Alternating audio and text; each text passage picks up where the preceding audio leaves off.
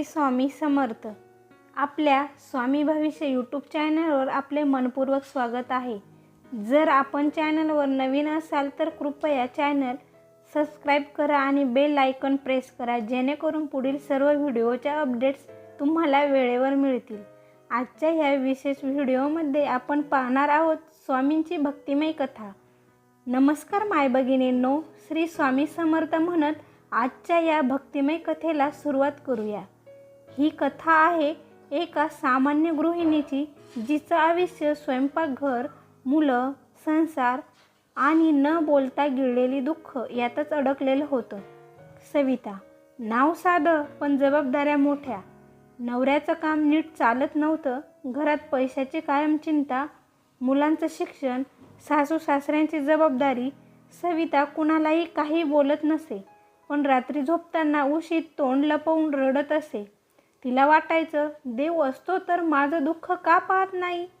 एक दिवस शेजारच्या आजीने तिच्या हातात स्वामी समर्थांचा फोटो दिला आणि म्हणाल्या, हे फोटो स्वयंपाकघरात ठेव, काम करताना मनात नाव घे. सविताने फार विचार केला, कारण आता हरण्यासारखं काही उरलं नव्हतं.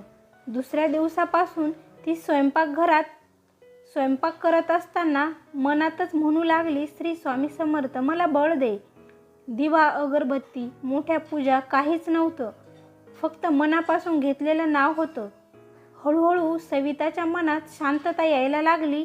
घरातले प्रश्न तसेच होते, पण तिला त्याचा भार कमी वाटू लागला.